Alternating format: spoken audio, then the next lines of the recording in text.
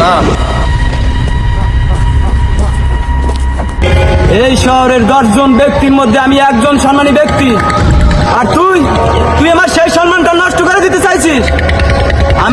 আমি তোর সব গোপন কথা জেনে গেছি।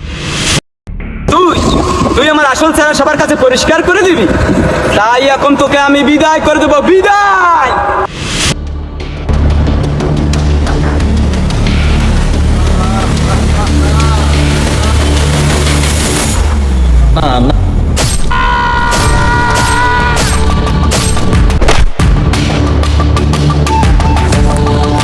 জুয়েল, এই লাশটা আগের লাশের মতো ফেলে দিয়ে আয়।